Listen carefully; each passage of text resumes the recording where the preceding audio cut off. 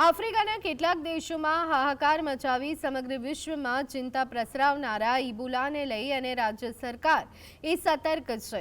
ત્યારે તેવામાં મુંબઈથી વડોદરા આવેલા બિઝનેસમેનમાં શંકાસ્પદ લક્ષણો જોવા મળતા તેને અમદાવાદની સિવિલ હોસ્પિટલમાં દાખલ કરવામાં આવ્યા છે। જો કે આરોગ્ય મંત્રીએ સ્પષ્ટ કર્યું કે આ કેસ ઇબોલા વાયરસનો છે તે પુષ્ટિ થઈ નથી, પરંતુ અગમચેતીના ભાગરૂપે આરોગ્ય વિભાગની ટીમે કામગીરી કરી છે અને તેમને 11 દિવસ ક્વોરન્ટાઇન રાખવામાં આવશે।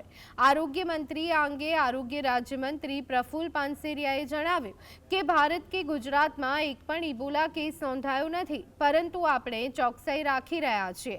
દાખલ દર્દીનું ટેમ્પરેચર પણ કંટ્રોલમાં છે।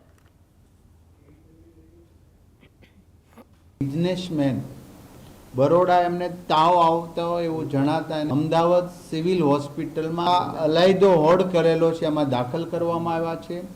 આ વ્યક્તિની સાથે બીજા 2 વ્યક્તિ હતા। આ બંને વ્યક્તિને પણ એસવીપી હોસ્પિટલમાં અલાયદા હોડની અંદર દાખલ કરવામાં આવ્યા છે અને એક ડૉક્ટર સંપર્કમાં હતા, એક તો એમને પણ ક્વોરન્ટાઇન આમાં કરવામાં આવ્યા। હજી કોઈ પણ પ્રકારની પુષ્ટિ થઈ નથી।